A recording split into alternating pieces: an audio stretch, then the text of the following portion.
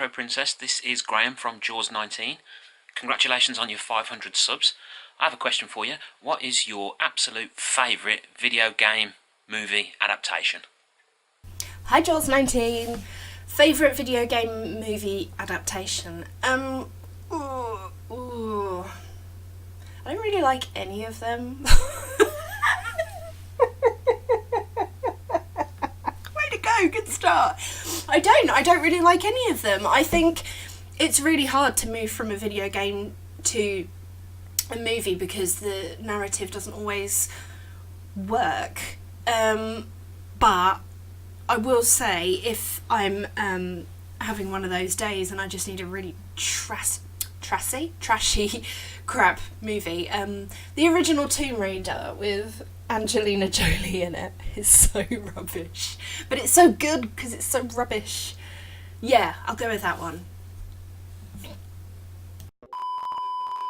Hey, Bex from Trista Bites here, and from one silly coloured haired person to another, congratulations. My question for you today is, think about your earliest gaming memories. Can you name a game that you have really fond memories of that no one else can remember, or perhaps just one that you loved that everybody else hated? Hi Bex, thanks for your question. Probably I'll go with my earliest gaming memory. It's a good one. I had a Amstrad. It was a CPC, I think a 464, and I was very little, probably 3, maybe 4, and we had a game on there called Blitz, and not very PC these days, but you had to bomb the buildings so you could land your plane. Which nobody would get away with today for obvious reasons, but I used to play it with my dad, and you had to try, and there were skyscrapers, and you had to try and clear them with the little bombs in the aeroplanes, and then if you managed to clear it all, you could land the aeroplane, and the little pilot would be like, woohoo, and then that was it. That was the whole game. But it's one of the earliest games I can remember playing, and obviously it was good times with my dad, and he still remembers it as well. And he's in his sort of late 50s now, and it was a good little game for what it was. Probably nobody else remembers it because it was fairly innocuous. I believe it was on several different systems in several different guises, but yeah, that's my very long-winded answer to that one. Hello, Retro Princess. Mentioning gaming here. Now, as you may know from our interactions on Twitter, I also have autism, and if it's not too personal question to ask, I'd love to know, as a fellow autistic YouTuber, what are the sort of challenges you face in running your channel? Hi, Benching and Gaming. That's a really, really good question. I think in terms of challenges, it means I can be quite sensitive to criticism.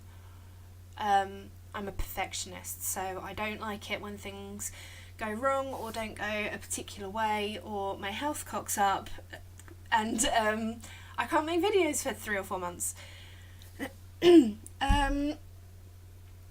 But, and I suppose like the social element of making videos, it's quite difficult to know,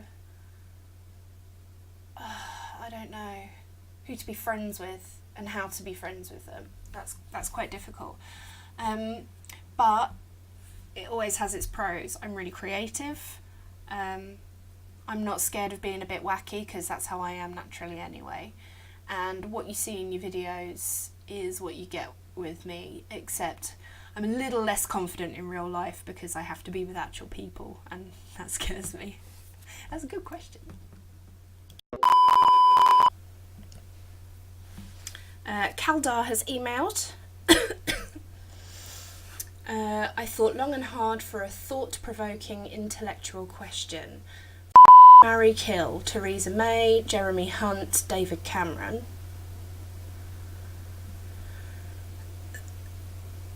They can all get in the sea. Hey Retro Princess, it's me Machine Dean here, and my question to you is, if you could take 2 games and combine them together to make an ultimate game, what would it be and why? And preferably, make it retro related. Take care. Hi Dean, that's a good question, and I had to go away and have a little think about it because I was really struggling to think of two games that weren't identical genre-wise, because my enjoyment of things can be quite narrow. But I reckon if they did a Pokemon game that was combined with some of the mechanics you get in Fable, so that your choices had a more direct effect on sort of your reputation with gyms and other trainers and how your Pokemon were brought up. And there is elements of that in the, particularly the newer games, but not the older games. But I'd like to see it more sort of real, like in Fable, you know, you kick a chicken and you start growing like little horns, which is a bit creepy, but didn't want to go that creepy, but it would be nice to have that element of a little bit of the real life coming into it. You know, your attitude and your actions actually have a direct effect. But then I suppose ethically that's sort of, if you're really mean to your Pokemon, that's not very nice, is it? Maybe they would run away, like Tamagotchis. Some of them used to run away if you weren't very nice to them. I don't know, I'm babbling. Scorevensis has emailed to ask, you're trapped in a room with a complete maniac. To survive, you have to complete a game without getting a game over or restarting. Which game do you choose? All you have to do is get to the end of the game. Choose wisely. If you've ever seen me play a game on Twitch live, or just experienced me playing a game, you will know that I'm really rubbish at video games. I love them, I love talking about them, but I'm really, really bad at them, so I guess I'm gonna get eaten by a maniac. I can't even complete Pokemon without dying. Hey Retro Princess, Retro Kevo here. Congratulations on 500 subs. How do you feel about pineapple on pizza? Hi, I love the picture of David Tennant talking to a skull. That's who I assume it is. I kept getting distracted. Pineapple on pizza, not good. I don't like mixing flavours like that. Pineapple is a dessert food. It is not a main course food. Dessert is your pudding, not your dinner or your tea or whatever you want to call it, depending on where in the UK you are. Congratulations for 500 subscribers. Well done, Retro Princess. My question for you is, there's been loads of great video game protagonists over the last 10, 20, 30 years. I want to know, who do you think is the best, and who could you imagine yourself being? Who do you really connect with? Hi Dr. Nerd. Obviously Princess Peach comes up because when I was putting my Twitter account together, she was pink. First pink character I could think of, kind of like Pink. One of my childhood nicknames was Princess, so it just kind of fitted together. Apart from that, I mean, I'd like to be Lara Croft, but it's probably not a good idea to do all of that activity right now, and I wouldn't be able to anyway because I'm too soft around the middle. Gosh, who else? I'd love to be a Pokemon trainer. I would go out there and I would catch all the Pokemon because I'm just obsessed with collecting things. And then I'd go and win all the gyms and have battles, and I'd feel amazing. Yeah, I want to do that.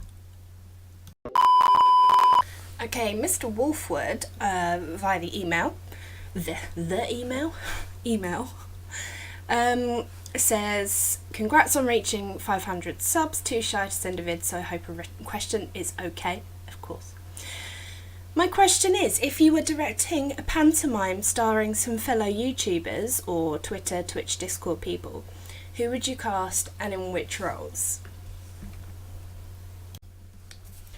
Oh, that's a good question. I don't know what panto it would be. I think we would have to write our own one to just contain the insanity. I think I would have Octavius as the leading lady because she's hilarious. I'd probably have Paul Gannon and Eli from Cheap Show Podcast as the Ugly Sisters.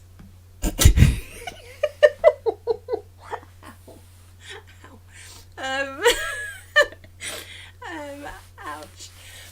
I would have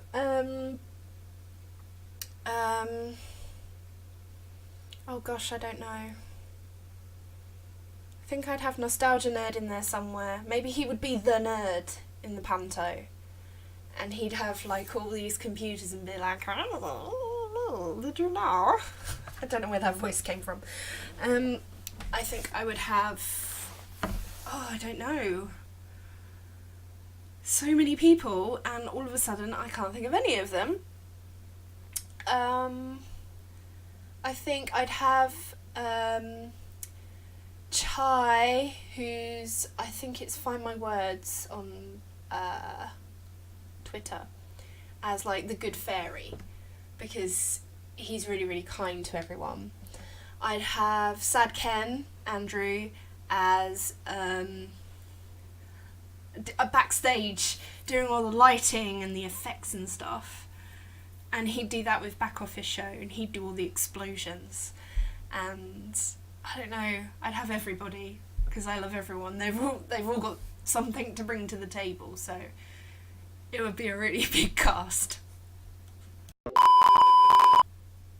Thanks guys for your continuing support on Patreon, on Ko-fi, your subs, your shares, your likes, your follows, your retweets. Thank you so much, and thank you for your patience, and hopefully I will be back to some more lively, energetic videos soon. Take care.